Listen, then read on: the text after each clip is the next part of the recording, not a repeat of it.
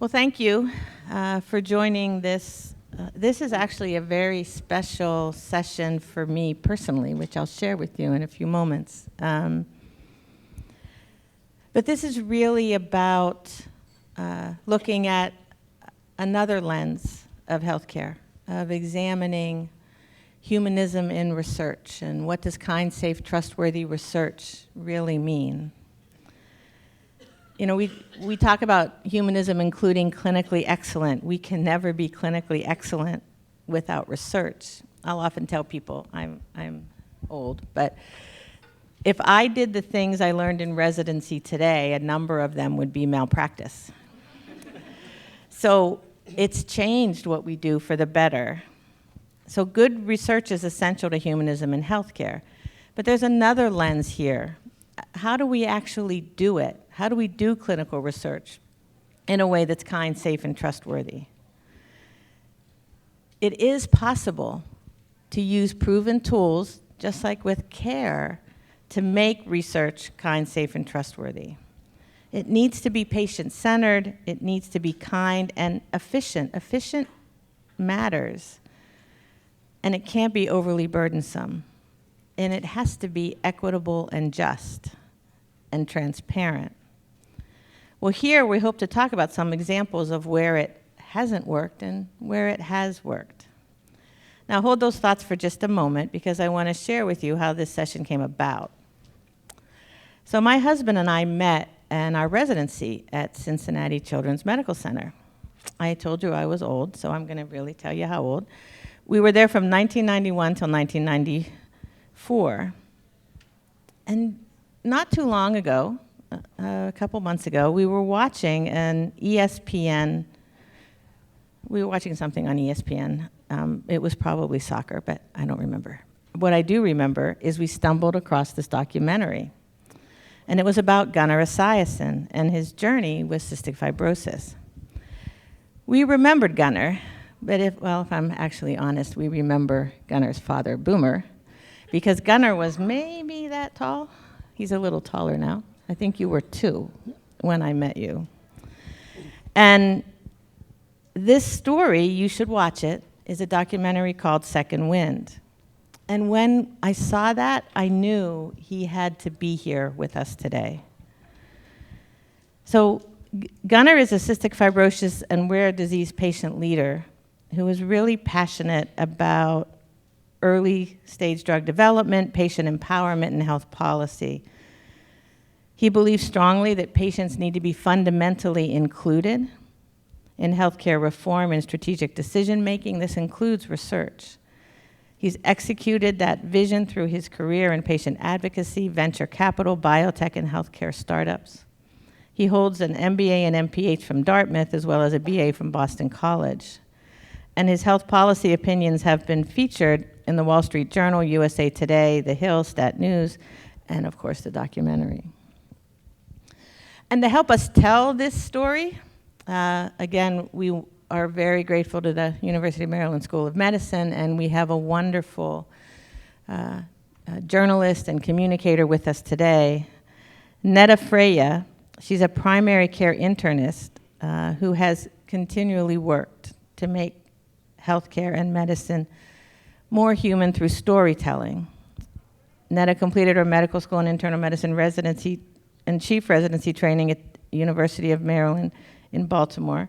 She stayed for 8 years as teaching faculty, served as assistant dean in the School of Medicine's Office of Student Affairs, and won numerous teaching awards. She was inducted into AOA and, of course, GHHS as a medical student. And she's continued her relationship with GHHS as a faculty advisor at the University of Maryland. She joined the Hippo Education as a senior lead editor and host of the Primary Care Reviews and Perspectives podcast. She's produced public radio stories for NPR via WHYY's Health and Science show, The Pulse. She's been featured on podcasts including The Curbsider, The Nocturnist, and The Broad Experience. And she has written for The Washington Post and Katie Couric Media. So this session will be recorded and later featured on Hippo Education Presents, the monthly rounds. It'll be available on Apple Podcasts and Spotify. And as you listen, we invite you to reflect on how research and humanism are not separate pursuits, but deeply intertwined. And for whatever role you play in healthcare or in education, what does that specifically mean for you? So I'm going to turn it over to Neda to get us started. Thank you so much, Kathy. Thank you, everyone, for being here. It is so wonderful to be in this space together and to see so many friends in the audience. Kathy, you mentioned the ESPN documentary, Second Wind. If anyone hasn't seen it, I highly, highly recommend it. It is a beautiful and moving documentary, all about Gunnar, all about your life. And Gunnar, just to lay the foundation for us today, I was hoping that you could share a little bit about your journey living with cystic fibrosis, both before and then after treatment became available. Yeah, well, thanks also to the Gold Foundation and Kathy for that wonderful intro, and I'm excited to be here with you all today. Our family's very fortunate to have played a small role in advancing the care in cystic fibrosis, and as Kathy pointed to, my dad was in the peak of his NFL career with the New York Jets when I was diagnosed with CF back in 1993. And to date, the foundation's raised close to $200 million in the fight against cystic fibrosis, alongside the National Cystic Fibrosis Foundation. So it's been a real end-to-end journey. We still have a lot of work left to do, and we've been fortunate to have transformative treatment developed and tested and trialed in CF. But we still not quite there to a cure, and we have our work cut out for us still. For those of you who don't know, cystic fibrosis is a rare genetic condition, and about the time when I was born in the early 90s, most patients didn't live to see their early 30s or mid 30s. Fortunately, the things have changed. I'm in my mid 30s, so we're keeping the good fight going.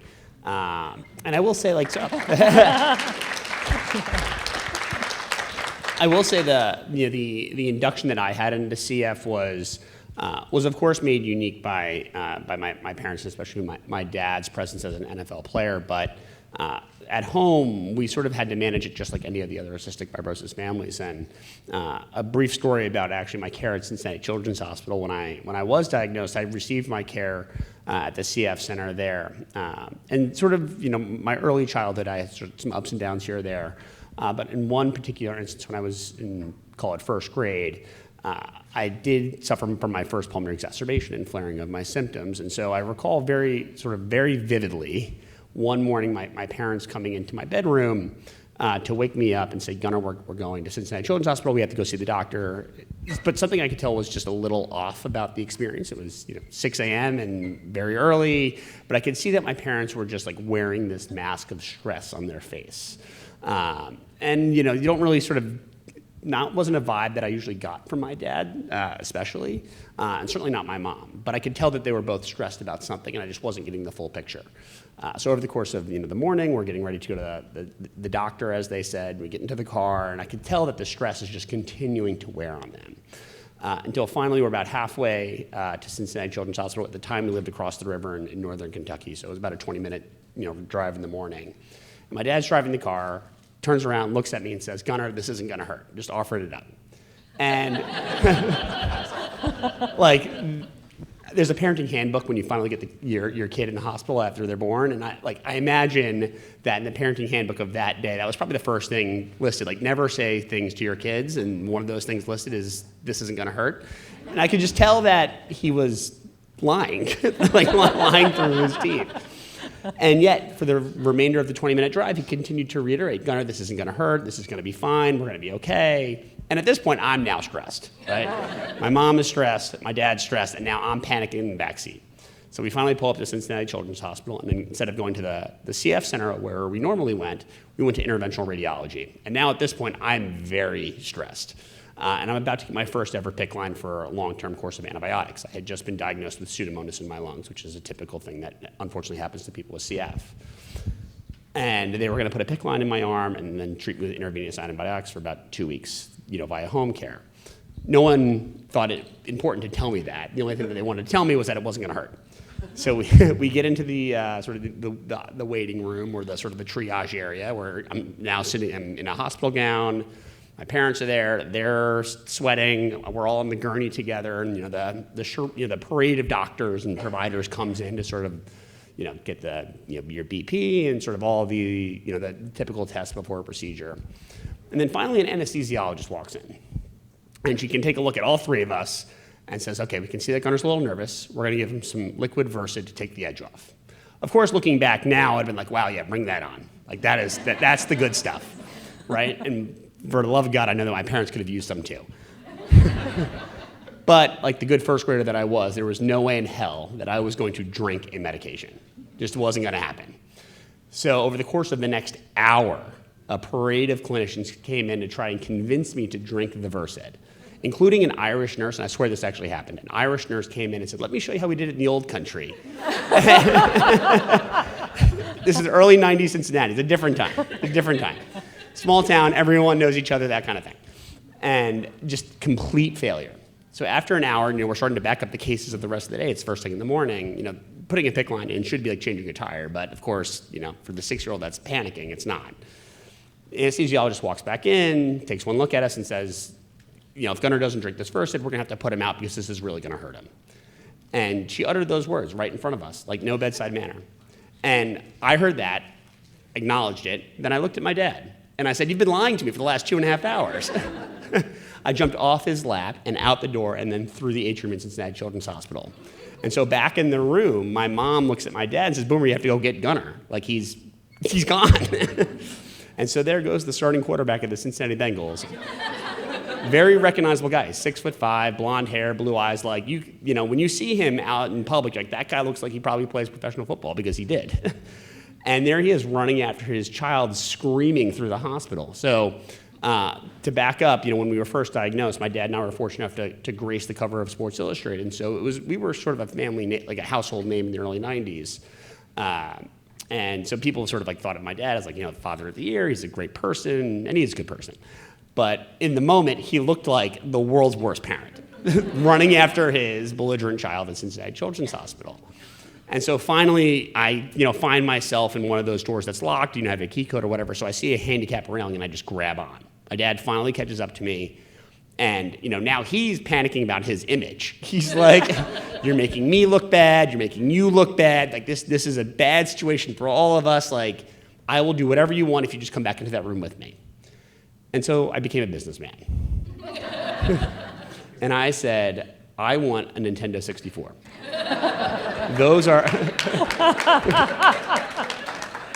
Those are my terms to go back into that scary room. Yeah. He said, fine, we will go to Toys R Us, because it was still a thing back then, and we will get a Nintendo 64 as soon as we are done.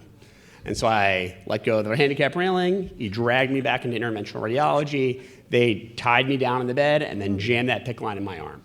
And then within 20 minutes, it was over. I cried through the whole thing. I got up, but that was how I became the most popular first grader in class at the end of the day. But it also was, unfortunately, my first foray into real hands-on medical care, right? And it shaped my view of the healthcare system and medical care delivery over the next 15 years of my life, to the point where anytime I needed to get a flu shot, a blood test, even a blood pressure, cuff strap to my arm, it was like pulling teeth, right? It was that painful for everyone. And so when you're living with cystic fibrosis and you're constantly encountering the medical system, no one ever thought to sort of stop and ask how I felt about having CF and how I felt about having to manage declining chronic disease over the course of my childhood. And of course, the story of CF, has some changes, which we'll get into in a minute, but that's sort of like the context of where it all started. Kathy, what was it like for you as a pediatrics resident and then young attending, caring for patients with CF with the prognosis that the disease had back then? So at least for me, and I think for many of my colleagues, that was the hardest disease, because you would spend so much time in the hospital, so much of your life.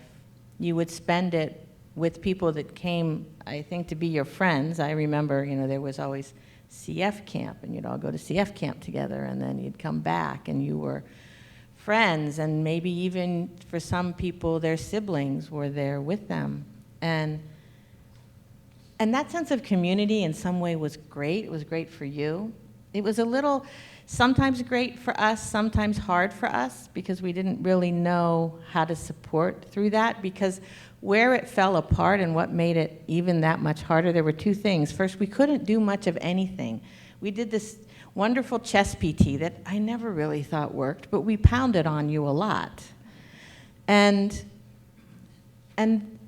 then when someone was really sick and did die, you all had to watch, either your friend or your sibling, not just deal with that loss, but you had to have in the back of your head, that is going to be me one day. So that whole story just made it so hard because we could do so little. We couldn't help you. It's true. I think the pediatric pulmonologists who went into CF care, especially in the 80s and 90s, and really as recent as the early 2000s, knew they were signing up for a losing team, right? It was pretty bleak. We had one or two disease-specific medications that maybe prolonged life for a couple of years here or there, but for the most part, it was a disease where we were just treating the symptoms and hoping that they didn't get too bad too quickly. And we've talked about how it's a very different story today, thank goodness. In the documentary, there's a beautiful scene where Gunnar's wife, Darcy, says that it went from being this very, very grim prognosis to Gunnar's kids saying, well, sometimes daddy coughs. And that's the extent of how the disease at least manifests on the outside. Let's talk about how we get from point A to point B. So there is an entire research infrastructure as to how trials are done and as to how progress is made that I think even many clinicians in the room may not be familiar with.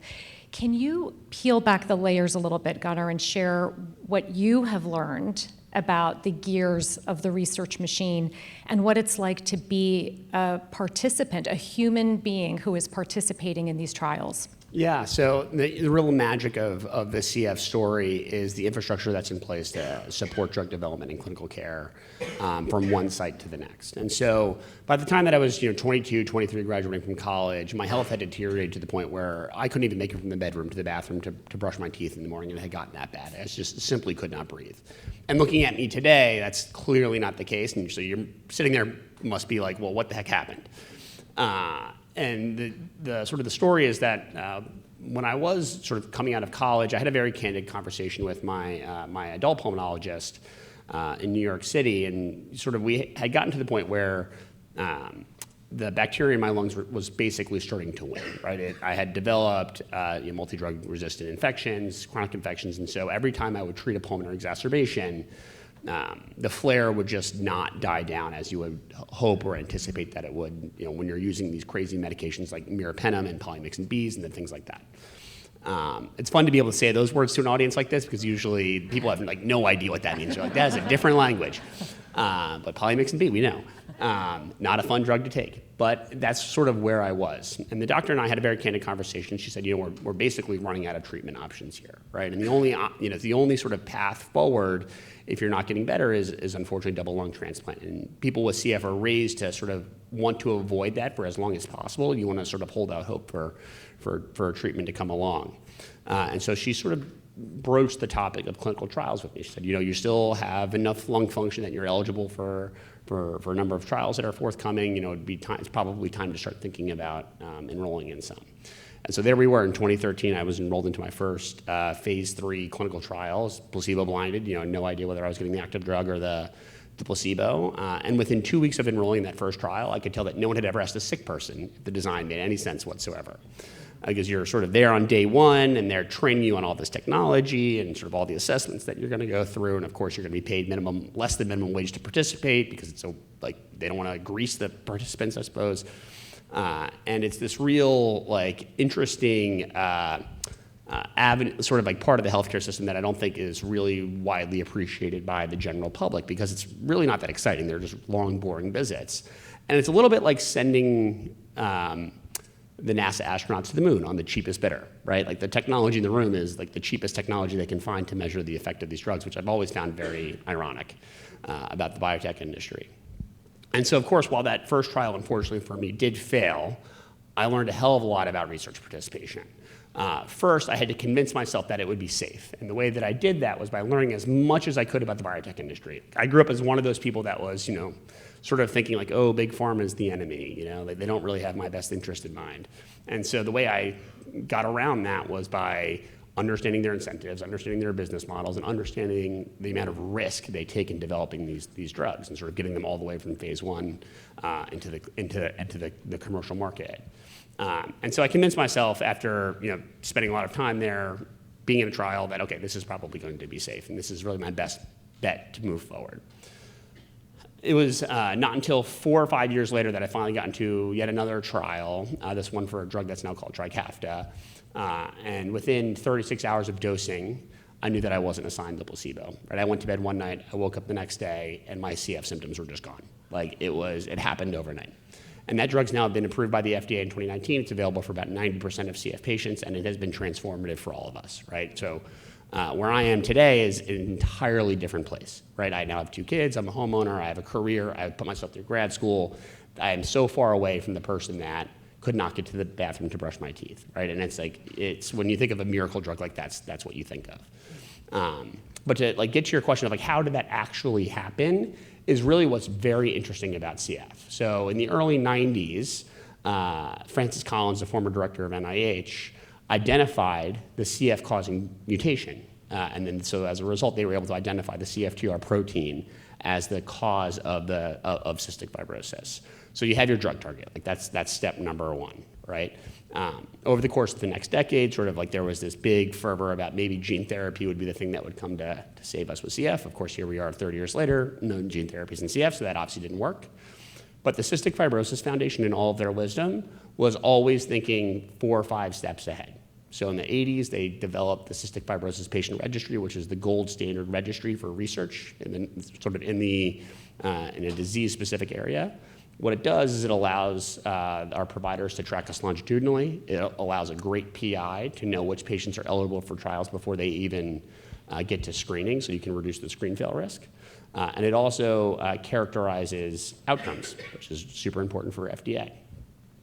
Near the turn of the millennium, now looking a few years forward, the CF Foundation sort of saw that the biotech industry was starting to grow. And so they said, we want our piece too.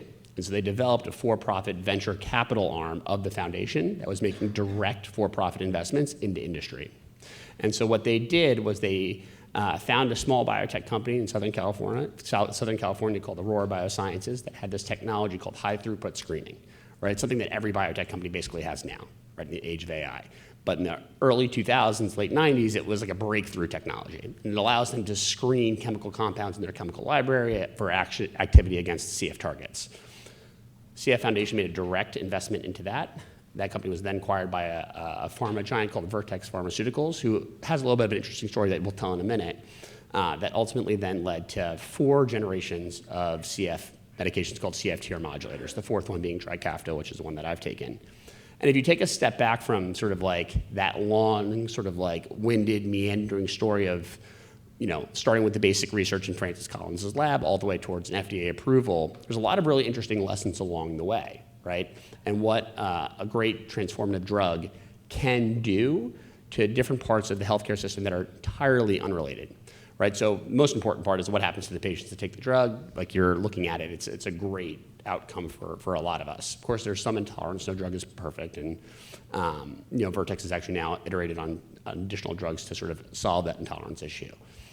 For the CF Foundation, as a for-profit venture investor, they've exited that investment to the tune of $4.5 billion and are now sitting on an endowment that allows them to be the largest annual funder of cystic fibrosis-based research, surpassing NIH. Of course, NIH they also support antimicrobial research and things like that that may have some CF pieces to it. But the CF Foundation is now the world leader in CF grant making.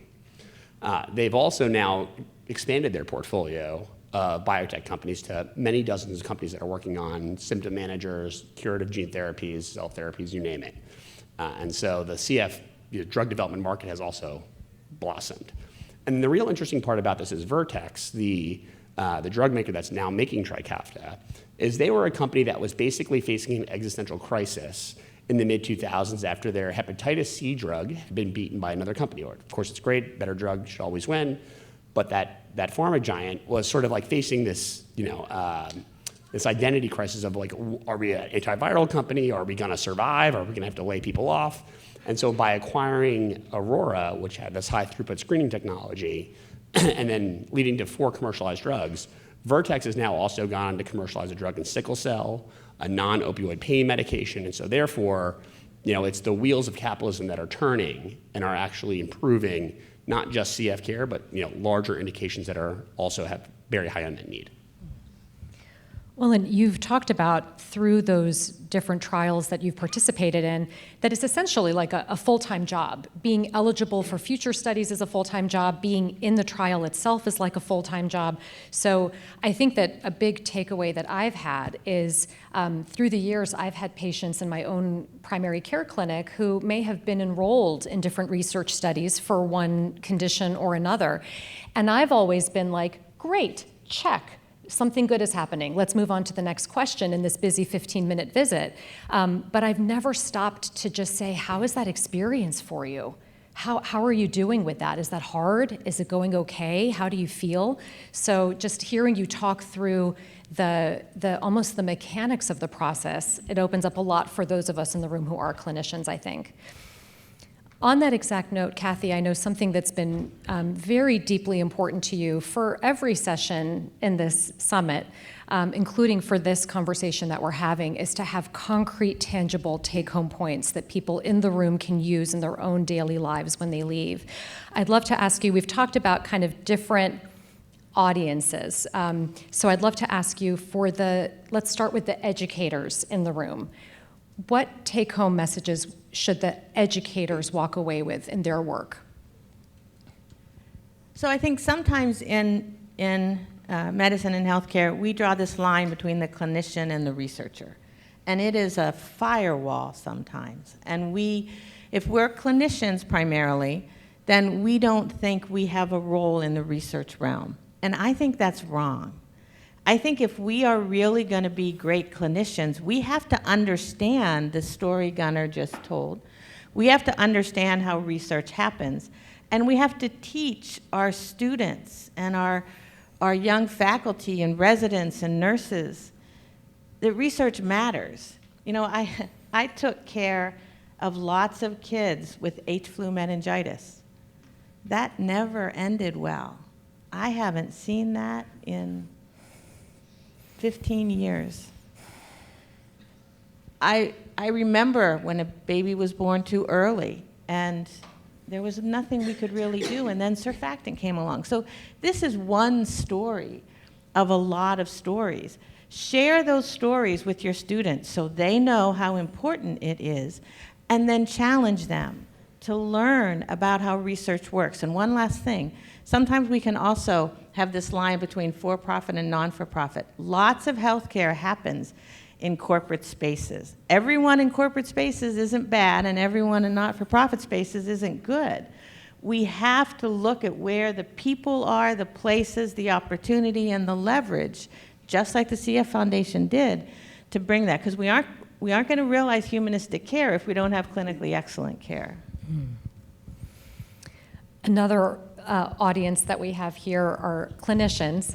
Gunnar, you've given commencement speeches at med schools. What are some of the most important take-home points you would want the clinicians in the room to carry with them when it comes to your story? Yeah, I think there's 2 key things. One is if you're a PI and you're running trials and you're doing research, to your point earlier, the exit survey, right? You're somebody that's always going to be running trials forevermore. Great idea to have an exit survey, right? The patients are already filling out PROs or surveys anyways. Let's see how it actually went so we can learn to make it better next time. That's an immediate, low-hanging fruit. But number 2, it's listen to your patient's concerns, right? You don't want to have the situation that I experienced in Cincinnati Children's Hospital where I'm running away from my parents simply because no one thought it a good idea to tell me exactly what was happening to me. Of course, I was a kid. But, boy, would it have made a huge difference if a child life specialist was in the room when that happened, right? Of course, that wasn't sort of the case in the early 90s, but that's sort of what happened to me. And I think the sort of the most important takeaway for especially emerging clinicians is you get the privilege to be there on a person's best day in their life, some cases, but also sometimes their worst. And so delivering news, this isn't some super insightful comment, but it's really important to handle that with care and empathy. And so, I look back on the clinical trial that I was in for Trikafta back in 2018, and 2 weeks after that, day 0 dose, when I saw my pulmonary function tests going up and to the right instead of down, right? Like we all basically started crying in the room because it was like, okay, yeah, it's actually working, right? Like I very vividly remember my doc being in there, the research coordinator who was in there, who was also a very important part of the care team and often overlooked. And sort of we all had this very special moment together because like it was actually working, right? It was like maybe the best day of my life. And so no other profession really gets the opportunity to be there for those moments. And while it may feel like it's sort of rinse and repeat for you, the doc, or you, the administrator, or you, the research coordinator, these are moments that are remembered by your patients. And so therefore, to take it in and experience it with them is really maybe one of the most important things a person can do. That is wonderful. Kathy, you've also shared some thoughts about what we all as community members can do. Yeah, so I think in this specific moment in time, it is important for us to realize not only is healthcare a right, but access to research is a right. It should be a right for everybody, and there should be space for that to happen. And when we slow research down, there are people right now who are losing access. Like imagine if the CF research just stopped right before you were able to do that, right before you were eligible, before you had the Trikafta study. And I just think we have to make it about the people in front of us, the community in front of us, the most vulnerable patients in front of us who need access to that research. So we need to advocate for that and say that, independent of the rest of our identities.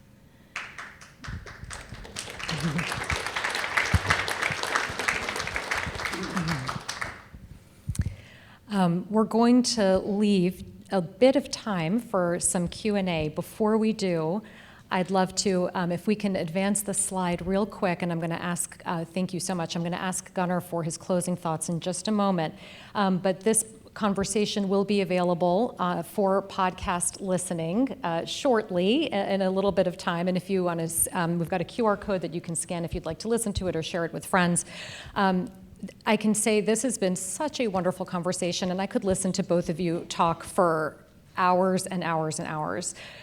Gunnar, I'm going to ask you to share any closing parting words of wisdom based on all of your life experiences in healthcare, in research, in biotech, and as a human being navigating all of those fields.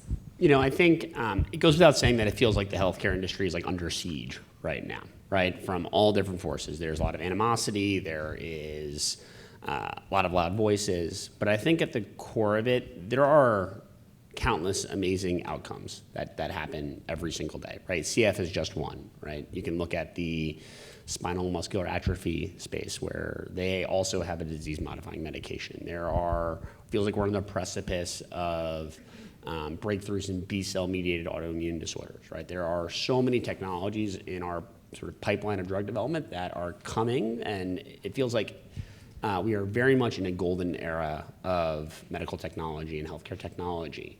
But at the same time, like we do need to acknowledge that there is immense frustration that exists across our healthcare consumers, right? Just 3 weeks ago, I was trying to get a routine lab work done at an out-of-network lab.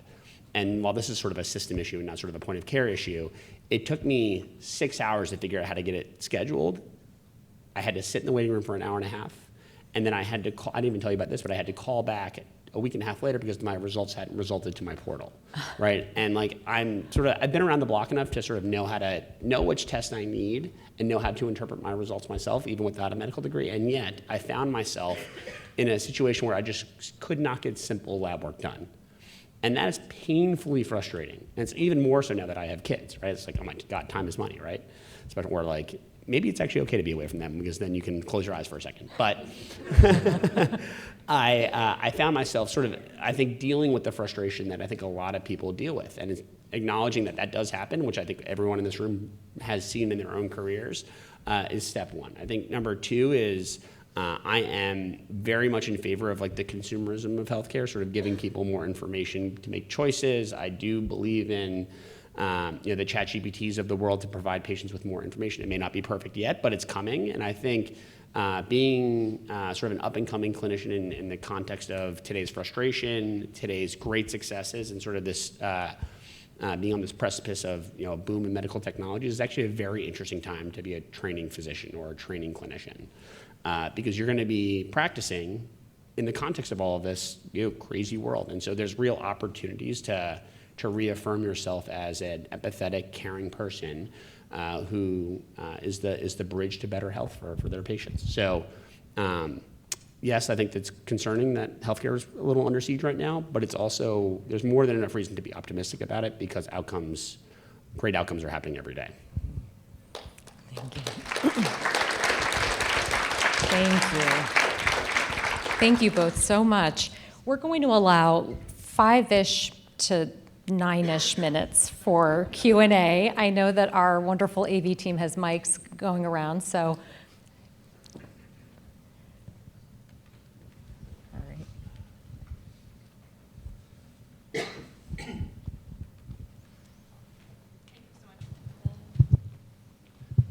Thank you so much for coming today. I really appreciate your time. One of the things that I have struggled with throughout my early career in medicine, I've graduated from residency over 10 years ago, is how do we make it work for everybody? How do we make it equitable?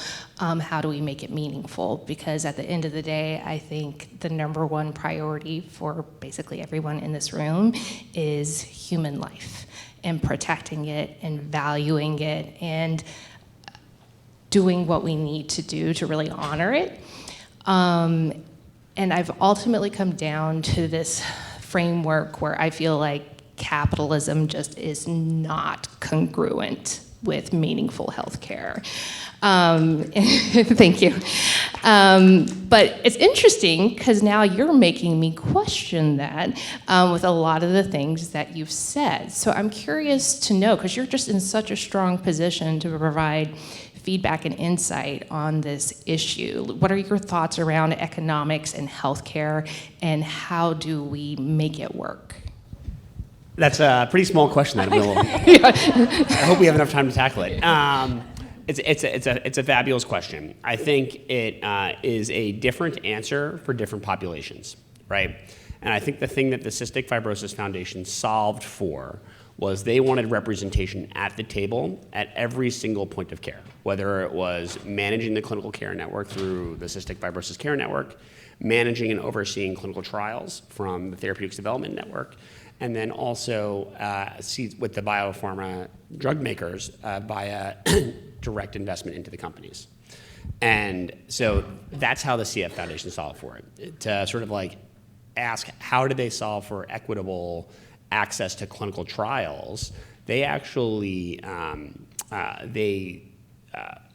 they mandated that the pivotal phase 3 study didn't just happen at the major research sites.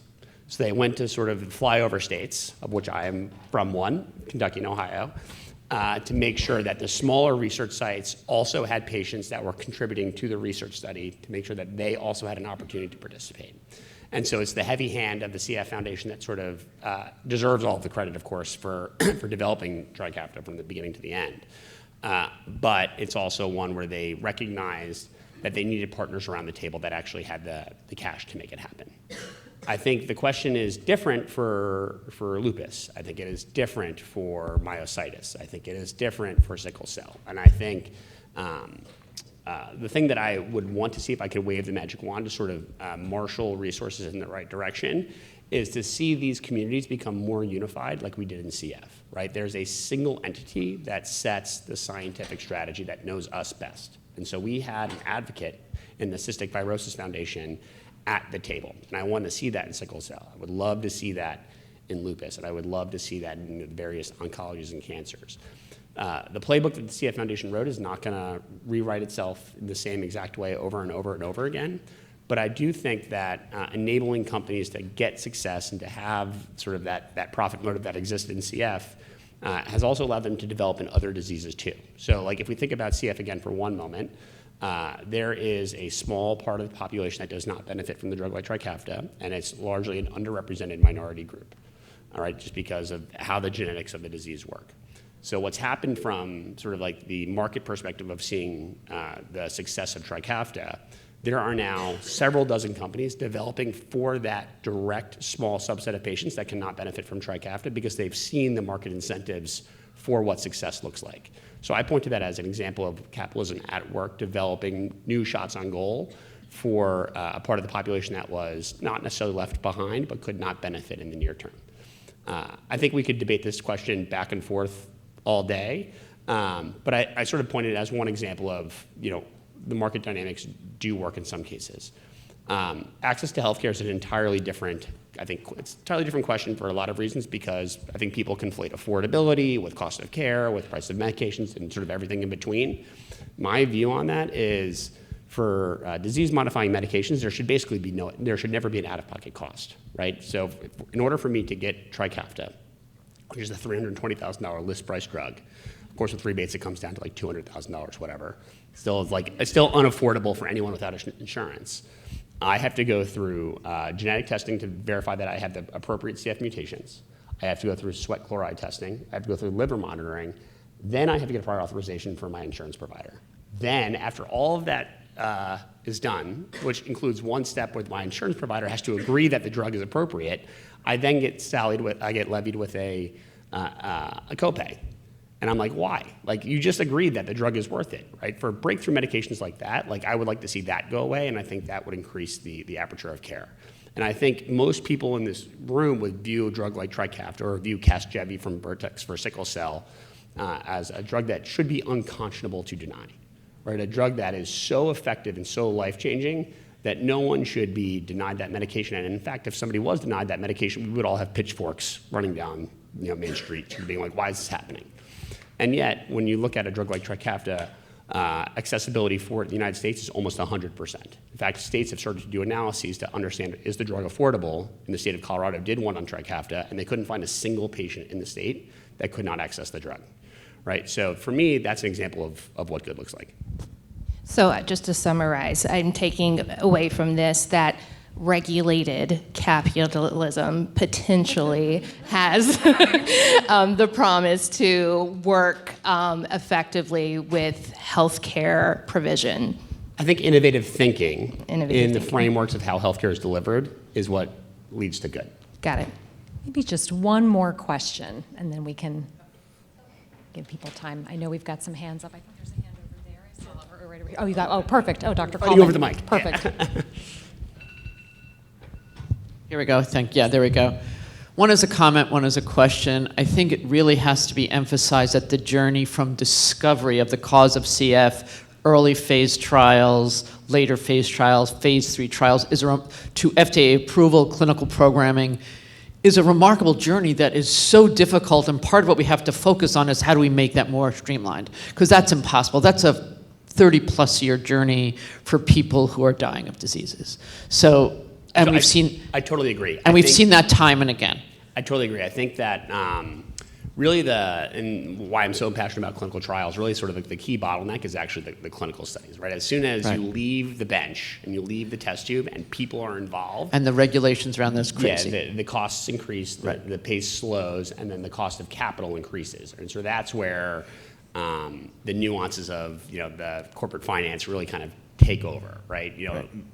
For example, I was recently talking with a clinical trial vendor who is trying to charge a pharma company $750,000 to host a website for 2.5 years for the course of a trial. Right. And sort of what I take from that is that people see the value of these medications, they see the value of these drugs, and they're trying to take their bit off the top. And so when I saw that, I was like, wait a second, should I have been a graphic designer?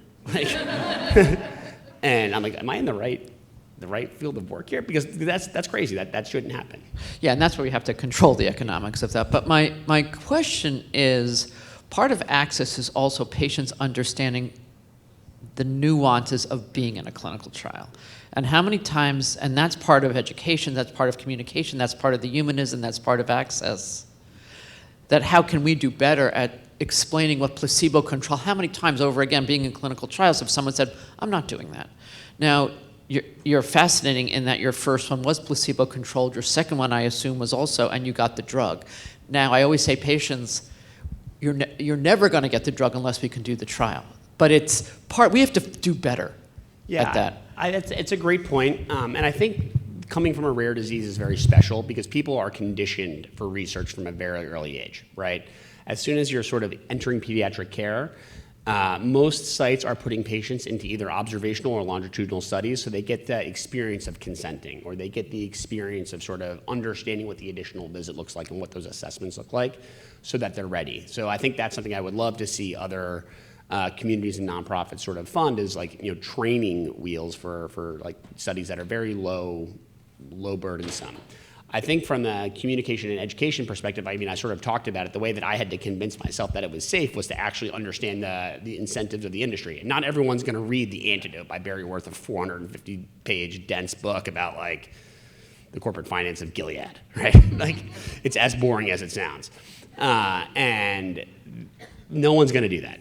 But to me, it's like, the question is actually, how do we scale accessible information about trials and allow them to feel confidence when they're screening in, right? The thing that I think is that's often overlooked when people think about clinical trials is they overlook sort of the intangibles about the patient's life, right? They get to the consent form, and then you start to think about, well, like, wait a second, I'm gonna have to come here how many times on a work day when my kids have school? Like, that doesn't make any sense.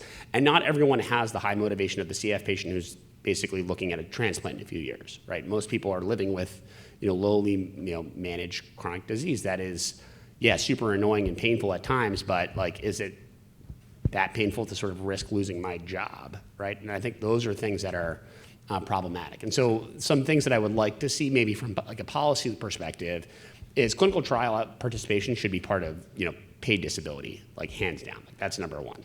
Number two is I want to see equitable stipends paid out to patients, right? That may be like a third rail item, but if you actually talk to progressive IRBs, progressive bioethicists, I also signed on to a letter about 2.5 weeks ago calling for better payment guidelines for patients in participating in clinical research, right? Not to sort of coerce them or anything, but to recognize that the value of the $10 stipend today is very different than the $10 stipend 25 years ago. And then number two, from my view, the sponsor company or the CRO running the study should do whatever they reasonably can do to provide comfort during the trial. And so there's an emerging class of cell therapies that are coming down the pipeline that almost all require lymphodepletion. And yet you expect women of childbearing age to enter those trials without any consideration for fertility preservation. That's insane. That is insane, right? So you're asking people to advance the cause of their disease without sort of consideration for the rest of their life. Like, that's step number one. And so from a policy perspective, like, I also want to see Congress address those issues too, right? So I think there's two sort of like meaningful activities that can be done to address clinical trial access from a policy perspective. Thank you so much, Gunnar Esiason, Dr. Kathy Reeves. Thank you to all of you for being here.